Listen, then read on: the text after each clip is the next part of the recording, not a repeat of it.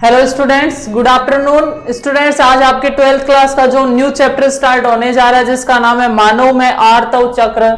तो देखिए अध्याय जो चैप्टर है आपके 34 है, मानव में आर्तव चक्र।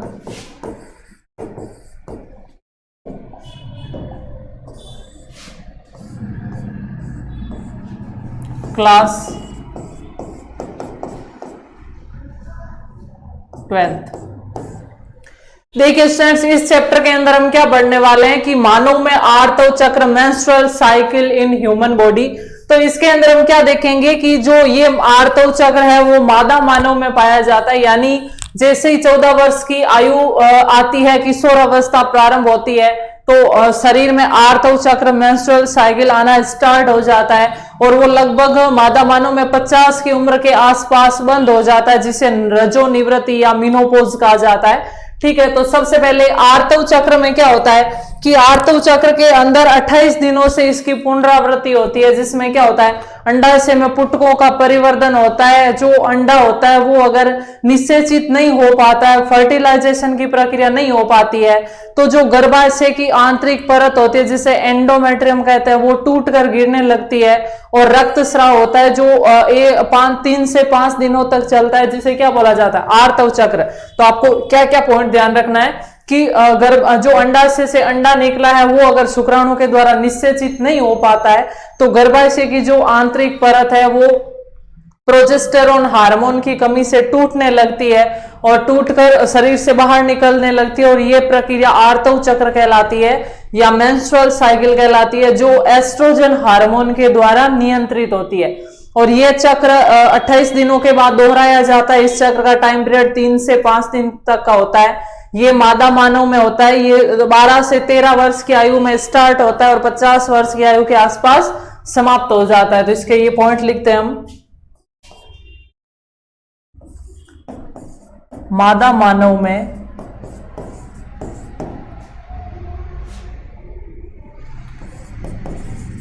गर्भाशय की आंतरिक परत, उसे क्या बोला जाता है, एंडोमेट्रियम,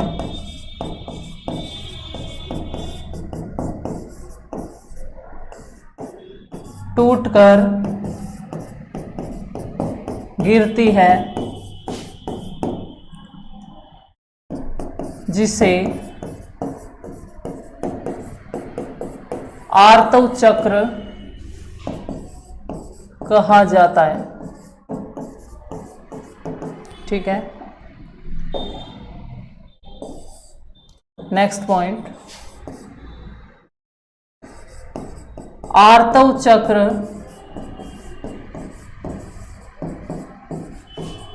तभी आता है जब निषेचन की प्रक्रिया ना हुई हो। ठीक है, नेक्स्ट पॉइंट, आर्तव चक्र की अवधि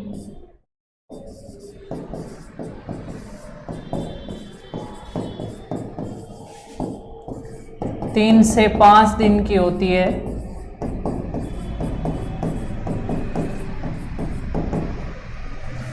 आर्तव चक्र 28 दिन के बाद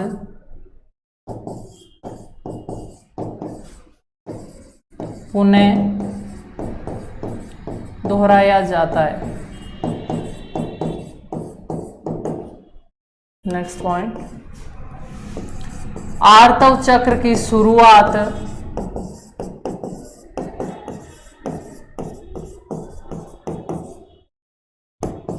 12 से 13 वर्ष की आयु में होती है।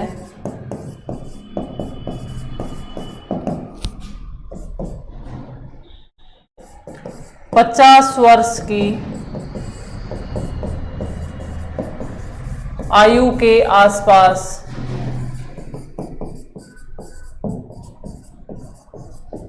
आर्तव चक्र समाप्त हो जाता है, जिसे रजोनिवृत्ति कहा जाता है।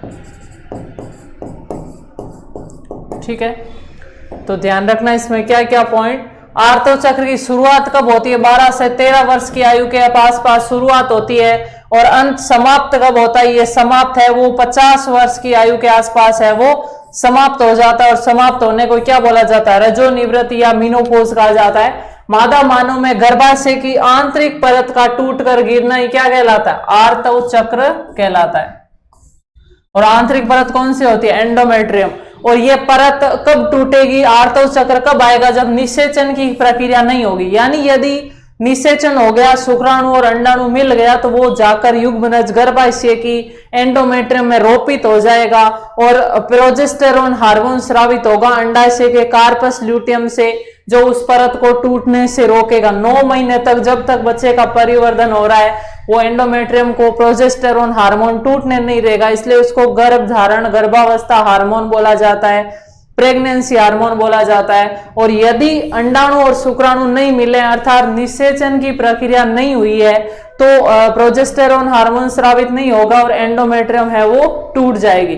तो जब तक यदि प्रेगनेंसी चलती है तब तक आर्तव चक्र नहीं आता है, और अगर प्रेगनेंसी नहीं होती है, निषेचन की प्रक्रिया नहीं होती है, तो प्रत्येक 28 दिन के बाद आर्तव चक्र है वो रिपीट होता है। और इसमें कितना समय तक रहता है? 3 से 5 दिनों तक। नोट कर लीजिए पॉइंट।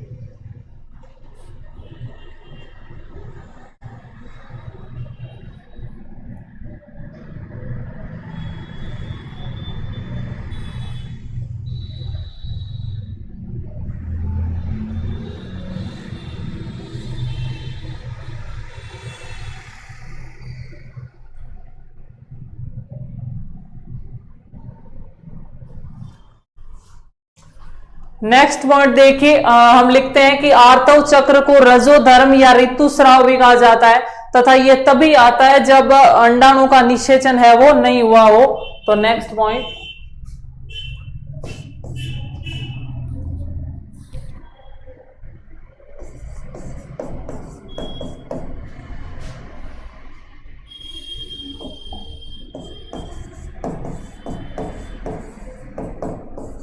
आर्तव चक्र तभी आता है जब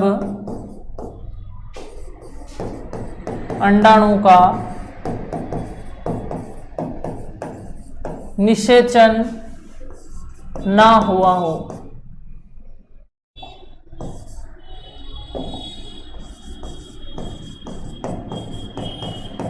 नेक्स्ट पॉइंट, आर्तव चक्र की अनुपस्थिति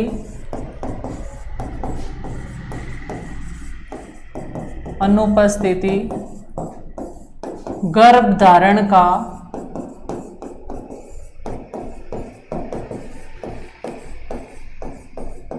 यानी यदि मेंस्ट्रुअल साइकिल हर महीने के अंत में 28 दिन के बाद नहीं आता है, तो उसका यही आइडिया लग जाता है कि प्रेगनेंसी है, यानी प्रेगनेंसी तभी होगी जब आर्तव चक्र नहीं आएगा। ठीक है, नेक्स्ट पॉइंट, आर्तव चक्र में गर्भाशय की एंडोमेट्रियम पूर्ण रूप से टूटकर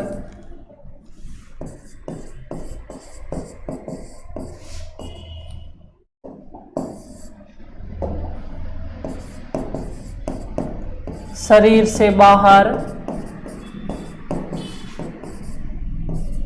रक्त स्राव के रूप में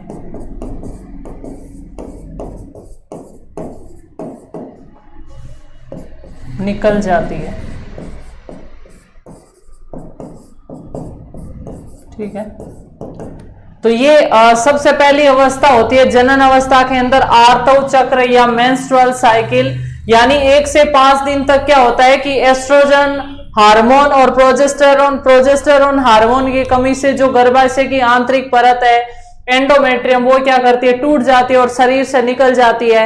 ये अवस्था हर 28 दिन के बाद दोहराई जाती है। 28 दिन के बाद यदि आर्तव चक्र नहीं आ रहा है, इसका मतलब क्या है कि जो अंडाशय से अंडाणु निकला है वो शुक्राणु के द्वारा निषेचित हो गया, उनसे युग्मनज का निर्माण हो गया है और वो गर्भाशय में रोपित हो गया है। अगर गर्भाशय में युग्मनज रोपित हो गया है तो एंडोमेट्रियम नहीं टूटेगी, क्योंकि अगर एंडोमेट्रियम टूट गई तो वो जो भ्रूण है वो शरीर से बाहर निकल जाएगा, जिससे गर्भपात या अबॉर्शन कहा जाता है। तो उस स्थिति में उस एंडोमेट्रियम को बनाए रखने का काम कौन करता है, प्रोजेस्टेरोन हार्मोन करता है, इसलिए उसको प्रेगनेंसी हार्मोन या गर्भधारण हार्मोन कहा जाता है। ठीक है, अब यदि उस अंडाणु का निषेचन नहीं हुआ है तो जो अंडाणु का प्रारंभिक भाग होता है कॉर्पस ल्यूटियम के द्वारा प्रोजेस्टेरोन हार्मोन एस्ट्रोजन हार्मोन का निर्माण किया जाता है। प्रोजेस्टेरोन की कमी हो जाती है, तो प्रोजेस्टेरोन की कमी हो जाएगी तो एंडोमेट्रियम को बनाए रखने वाला कोई हार्मोन नहीं होगा, इसलिए ये एंडोमेट्रियम टूटकर शरीर से बाहर निकलने लगेगी।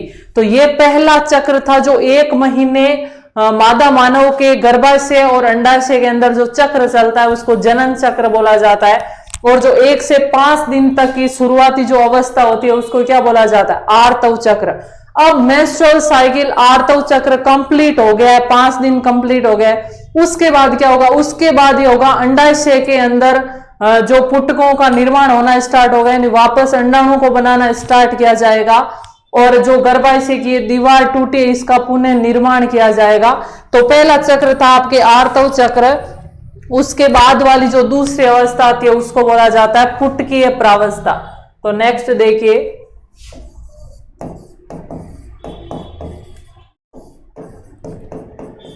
पुटकीय प्रावस्था। अब पुटकीय प्रावस्था के अंदर क्या होगा, ये अंडाशय है,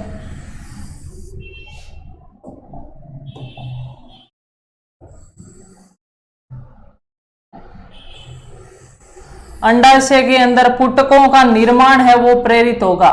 और किस हार्मोन के द्वारा, सबसे पहला प्रोसेस होगा इस अवस्था में पीयूष ग्रंथि द्वारा स्रावित, पीयूष ग्रंथि द्वारा स्रावित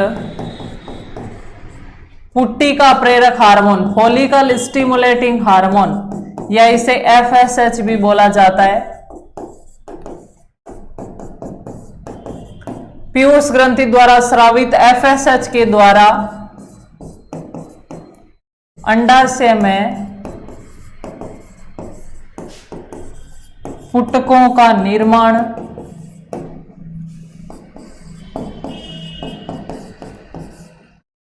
तथा वृद्धि को प्रेरित किया जाएगा। यानी आर्तव चक्र के बाद अवस्था कौन सी आएगी, पुटकीय प्रावस्था होगी। तो अंडाशय के अंदर धीरे धीरे पुटकों का क्या होगा, परिवर्धन होगा, विकास होगा, इनकी साइज बढ़ती होगी, इनको बोलेंगे प्राथमिक पुटक। उसके बाद ये होगा द्वितीयक पुटक,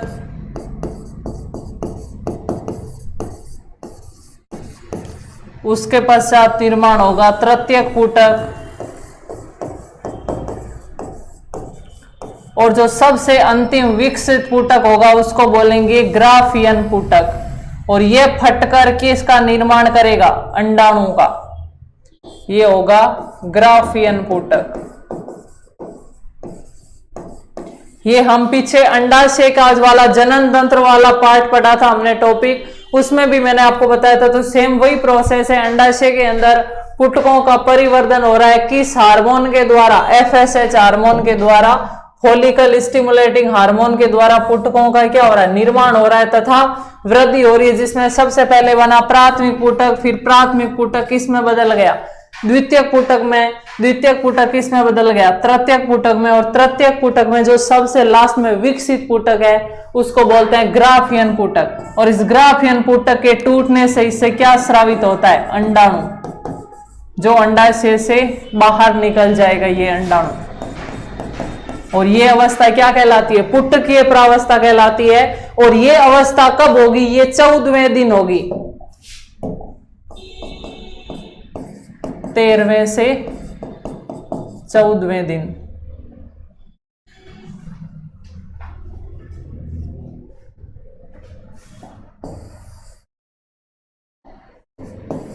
तेरहवें दिन। और इस दिन को क्या बोला जाता है, LH सर्ज, यानी इस दिन एस्ट्रोजन हार्मोन का स्राव है वो अत्यधिक बढ़ जाता है और ग्राफियन पुटक फटकर किसका निर्माण कर देता है, अंडे का निर्माण कर देता है। तो इसमें पॉइंट क्या रखना है, नेक्स्ट पॉइंट लिखेंगे, अंडाशय में पुटकों की लगातार वृद्धि होती है तथा अंतिम विकसित पुटक ग्राफियन पुटक कहलाता है।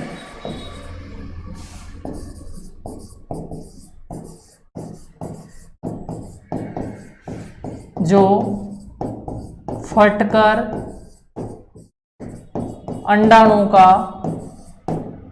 अंडाणु को उत्सर्जित करता है।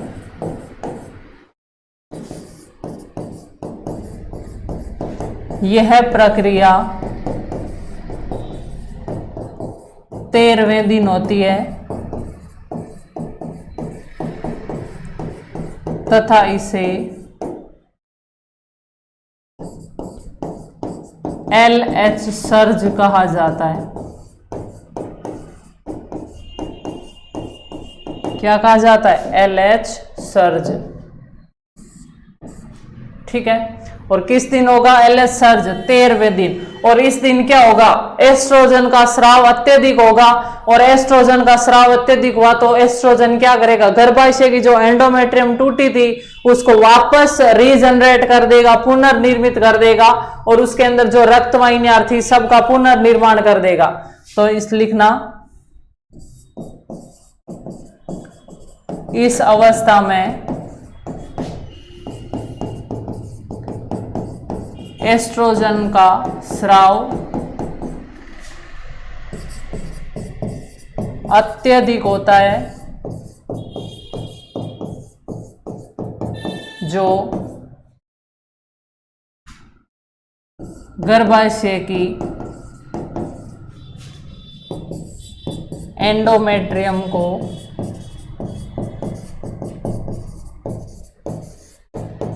पुनः निर्मित करता है।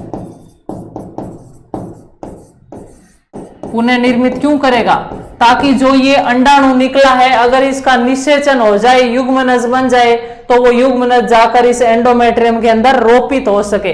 लेकिन यदि एस्ट्रोजन इस गर्भाशय की आंतरिक दीवार को वापस नहीं बनाएगा, अगर ये टूटी हुई है, तो यदि निषेचन की प्रक्रिया हो गई तो फिर युग्मनज गर्भाशय में रोपित नहीं हो सकता, क्योंकि गर्भाशय में जो भ्रूण रोपित होता है वो किस परत में रोपित होता है, एंडोमेट्रियम के अंदर। अगर ये दीवार ही नहीं होगी तो भ्रूण का रोपण नहीं हो सकता। इसलिए अंडाशय बनना कर तैयार हुआ है, तब तक गर्भाशय को भी बनकर तैयार कर दिया किसने, एस्ट्रोजन हार्मोन ने, और गर्भाशय की आंतरिक दीवार को वापस पुनः निर्मित कर दिया। तो पहली अवस्था हमने पढ़ी थी 1 से 5 दिन तक की, कौन सी, आर्तव चक्र, और 6 से लेकर 13 दिन तक की अवस्था क्या कहलाती है, पुटकीय प्रावस्था कहलाती है। नोट कर लीजिए पॉइंट।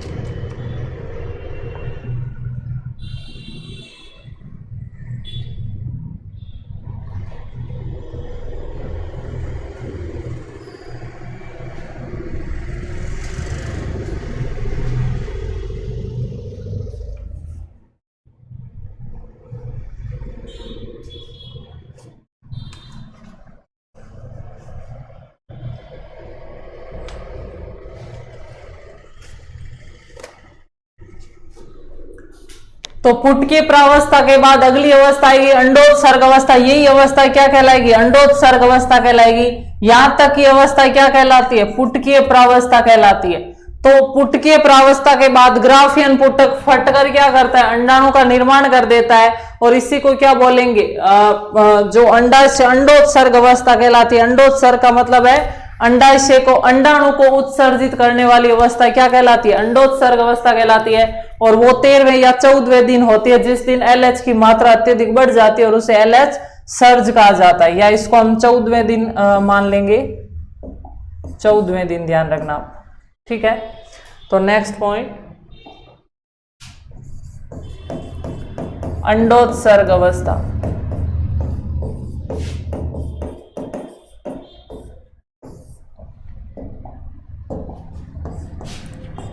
वह अवस्था जिसमें अंडाणु अंडाशय से उत्सर्जित होता है,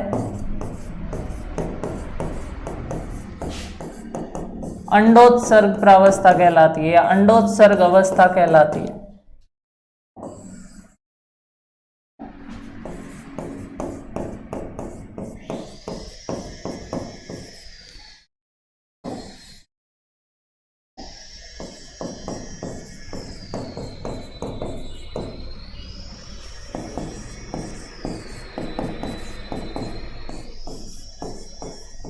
नेक्स्ट पॉइंट, इस अवस्था को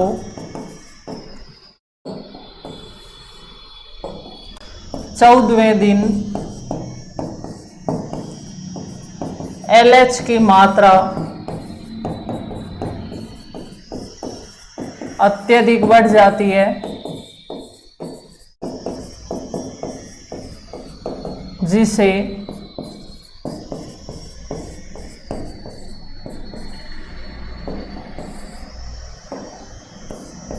LH सर्ज कहा जाता है, ठीक है। नेक्स्ट पॉइंट,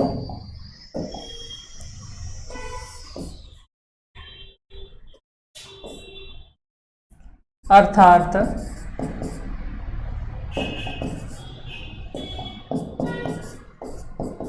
LH सर्ज 14वें दिन होता है, ठीक है। ये है आपके अंडोत्सर्ग प्रावस्था।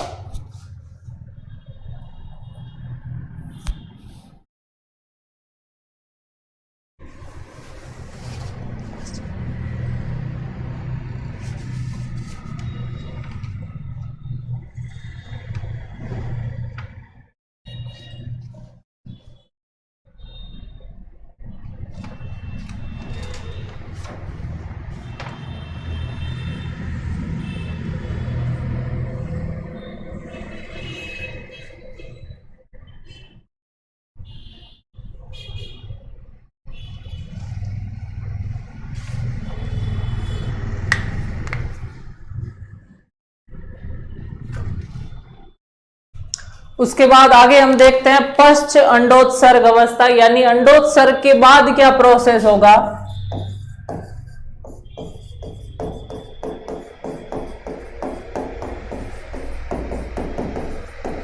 देखिए स्टूडेंट्स, जो ये अंडाशय है, इसके अंदर ये जो कार्पस ल्यूटियम है, ये जो ग्राफियन पुटक है, ये अंडे को रिलीज कर देगी और इसके पश्चात ग्राफियन पुटक का बचा हुआ भाग क्या कहलाएगा? Corpus luteum. और इसके द्वारा दो हार्मोन निकाले जाएंगे, एस्ट्रोजन और प्रोजेस्टेरोन, जिसमें से प्रोजेस्टेरोन हार्मोन है वो गर्भाशय की भित्ति को और मोटा बनाएगा और उसको तैयार करेगा ताकि गर्भ धारण हो सके। तो वो इसलिए तैयार करता है कि अगर अंडाणु का निषेचन हो गया और युग्मनज बन गया तो गर्भाशय तैयार होना चाहिए। तो तैयार करने का काम कौन करता है? प्रोजेस्टेरोन करता है। इसलिए इसको क्या बोला जाता है? गर्भ धारण हार्मोन बोला जाता है। और ये अवस्था 15 से लेकर 28 दिन तक चलेगी, यानी गर्भाशय को तैयार किया जाएगा गर्भ धारण के लिए। और तब तक अंडाणु का क्या होगा, उसके साथ आकर अगर शुक्राणु मिल गया तो उन दोनों में निषेचन की प्रक्रिया कंप्लीट होगी और धीरे धीरे वो गर्भाशय की तरफ गति करेगा और गर्भाशय में रोपित हो जाएगा। 28 दिनों तक अगर ये प्रोसेस हो गया तो फिर आगे आर्तव चक्र नहीं आएगा, क्योंकि निषेचन की प्रक्रिया हो रही है और प्रोजेस्टेरोन भरपूर मात्रा में, तो गर्भाशय की आंतरिक भित्ति को टूटने नहीं देगा, बनाए रखेगा। लेकिन यदि यहां पर प्रोजेस्टेरोन ने 28 दिनों तक गर्भाशय को बनाकर तैयार कर दिया, जैसे मकान में किराएदार आते हैं तो मकान को पहले तैयार किया जाता है, रहने लायक किया जाता है, और तो सेम वही प्रोसेस है, इसमें मकान की तरह गर्भाशय काम कर रहा है और किराएदार की तरह वो युग्मनज काम करेगा, जो अंडाणु और शुक्राणु के मिलने से बनेगा। अगर वो नहीं आया, मतलब युग्मनज नहीं बना, निषेचन की प्रक्रिया नहीं हुई, तो प्रोजेस्टेरोन का स्तर है वो वापस कम हो जाएगा, और प्रोजेस्टेरोन का स्तर कम होने से वापस एंडोमेट्रियम टूट जाएगी और 28 दिनों के बाद वापस आर्तव चक्र आ जाएगा। लेकिन यदि 28 दिनों के बाद आर्तव चक्र नहीं आता है तो वो किसका संकेत है कि उसको प्रेगनेंसी है, गर्भधारण हो गया है। तो देखिए पहला पॉइंट, यह अवस्था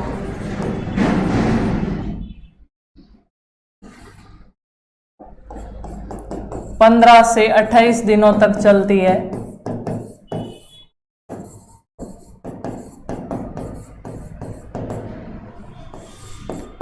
इस अवस्था के दौरान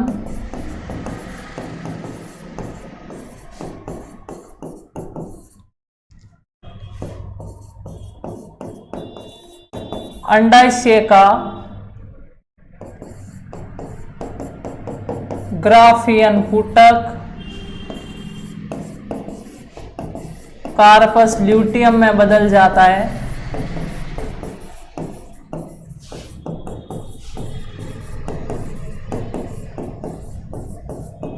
नेक्स्ट पॉइंट, कार्पस ल्यूटियम द्वारा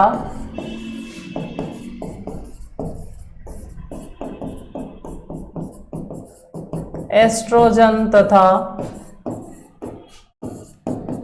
प्रोजेस्टेरोन हार्मोनों का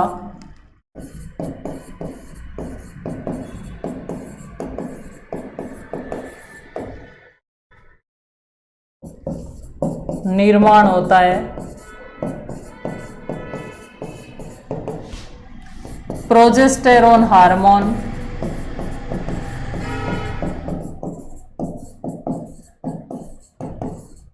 गर्भाशय आंतरिक स्तर को मोटा तथा मजबूत बनाता है, ताकि गर्भधारण आसानी से हो।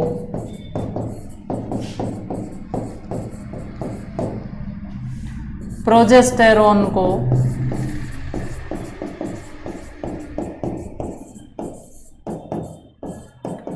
गर्भधारण हार्मोन कहा जाता है।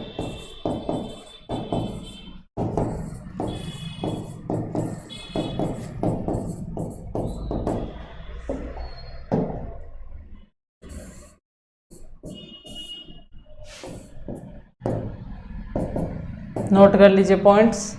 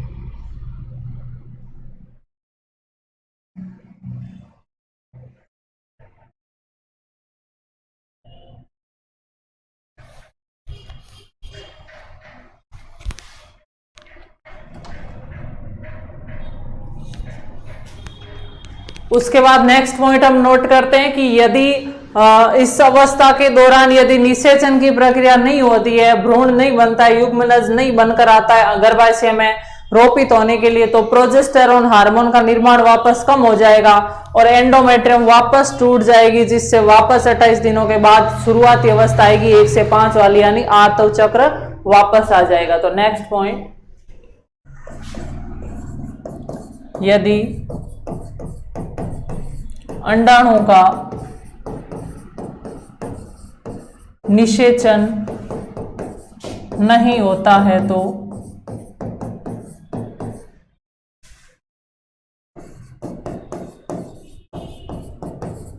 प्रोजेस्टेरोन का स्राव कम हो जाता है,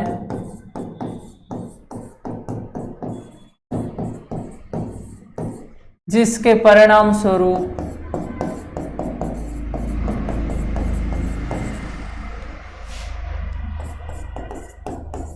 एंडोमेट्रियम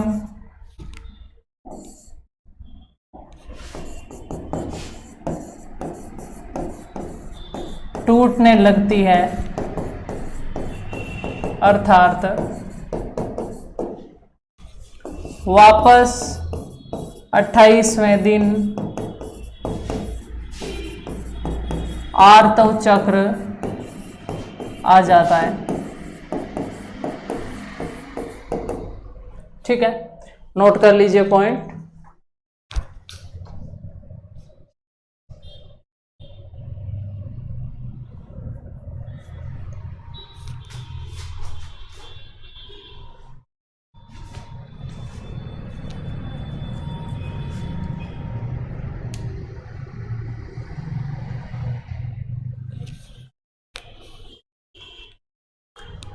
अब देखिए स्टूडेंट्स, ये जो चक्र चले हमारे, सबसे पहले आर्तव चक्र 1 से 5 दिनों तक, फिर 1 से 14 तक अंडोत्सर्ग प्रावस्था, फिर 14 से 28 तक अंडोत्सर्ग पश्च प्रावस्था। तो इन तीनों चक्रों के दौरान गर्भाशय और अंडाशय में क्या क्या परिवर्तन होता है, उसको आपके बुक में एक डायग्राम के द्वारा दर्शाया गया है। तो नेक्स्ट हम देखते हैं,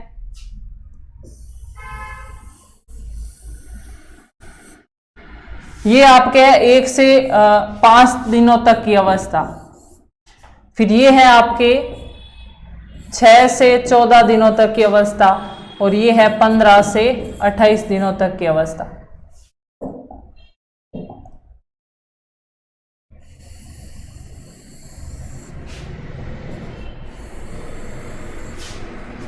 ठीक है,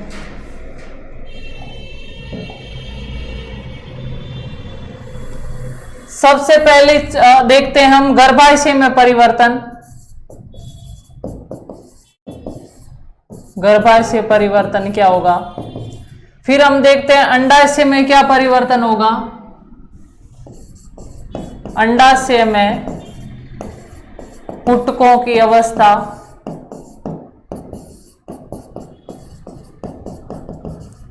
फिर हम देखते हैं LH और FSH हार्मोन की क्या अवस्था रहती है, और फिर हम देखते हैं एस्ट्रोजन तथा प्रोजेस्टेरोन हार्मोन की क्या अवस्था रहती है।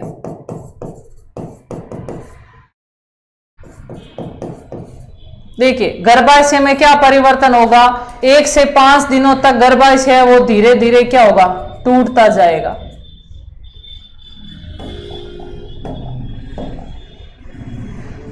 ये जो गर्भाशय स्तर है वो 1 से 5 दिनों तक टूटेगा, और फिर वापस धीरे धीरे ये क्या होता है, निर्मित होता जाता है। ठीक है,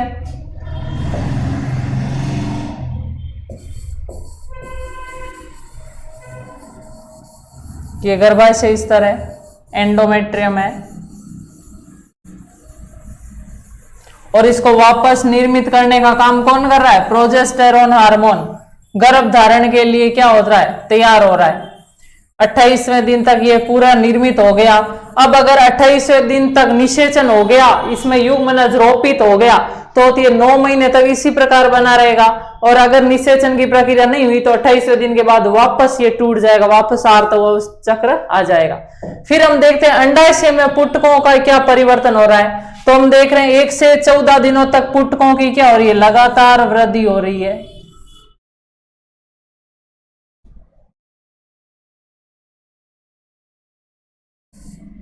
और 14वें दिन क्या बन रहा है, ग्राफियन पुटक बन रहा है, जिससे अंडाणु रिलीज हो जाएगा और इसको हम क्या बोलेंगे, LH सर्ज। ठीक है, 14 दिन के बाद क्या होगा, ये जो ग्राफियन पुटक बना है उनके अंदर क्या होगा, विकास होगा और उनके द्वारा कौन से हार्मोनों का निर्माण किया जाएगा, एस्ट्रोजन तथा प्रोजेस्टेरोन।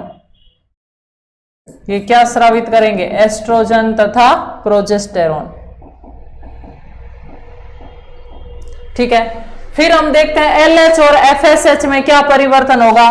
तो वैसे तो LH और FSH है वो हमेशा कम स्थिति में रहेंगे, लेकिन जो LH है वो 14वें दिन भरपूर मात्रा में उत्पन्न होगा ये, और इसको हम क्या बोलेंगे, LH सर्ज। फिर ये वापस कम हो जाएगा। उसी प्रकार फॉलिकल स्टिमुलेटिंग हार्मोन 14वें दिन ये भी क्या करेगा, पुटकों का निर्माण करने के लिए ज्यादा स्रावित होगा और फिर ये वापस कम हो जाएगा। तो ये है आपके LH और ये है FSH, और इस अवस्था को क्या बोला जाता है, LH सर्ज। फिर हम देखते हैं इस अवस्था के अंदर एस्ट्रोजन और प्रोजेस्टेरोन हार्मोन में क्या चेंज आएगा। तो देखिए एस्ट्रोजन और प्रोजेस्टेरोन कब बढ़ेंगे ज्यादा, एस्ट्रोजन है वो 14वें दिन ज्यादा बढ़ता है यहां पर, और फिर वापस धीरे धीरे कम हो जाएगा। लेकिन जो प्रोजेस्टेरोन हार्मोन है वो धीरे धीरे यहां पर ज्यादा बढ़ेगा और फिर वापस कम हो जाएगा। ये है प्रोजेस्टेरोन और ये है एस्ट्रोजन। तो इस प्रकार जो तीनों मुख्यतः अवस्था बांटी है, 1 से 5 दिन, 6 से 14 दिन और 7 से 28 दिन। इन तीनों में गर्भाशय, अंडाशय में और उनसे निकलने वाले हार्मोन एस्ट्रोजन, प्रोजेस्टेरोन, LH और FSH में ये चेंज होता है। इस ग्राफ को नोट कर लीजिए।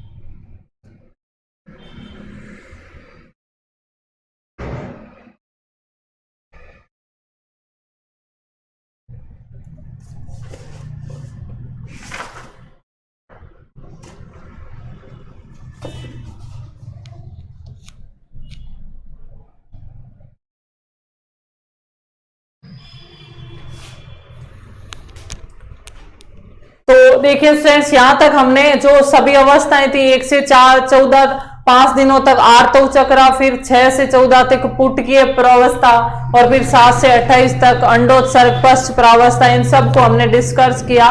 तो यहां तक ही थी अपनी क्लास। नेक्स्ट क्लास के अंदर हम देखेंगे प्रसव कैसे होता है और दुग्ध स्राव कैसे होता है। तो मिलते हैं नेक्स्ट क्लास में, तब तक के लिए थैंक यू सो मच।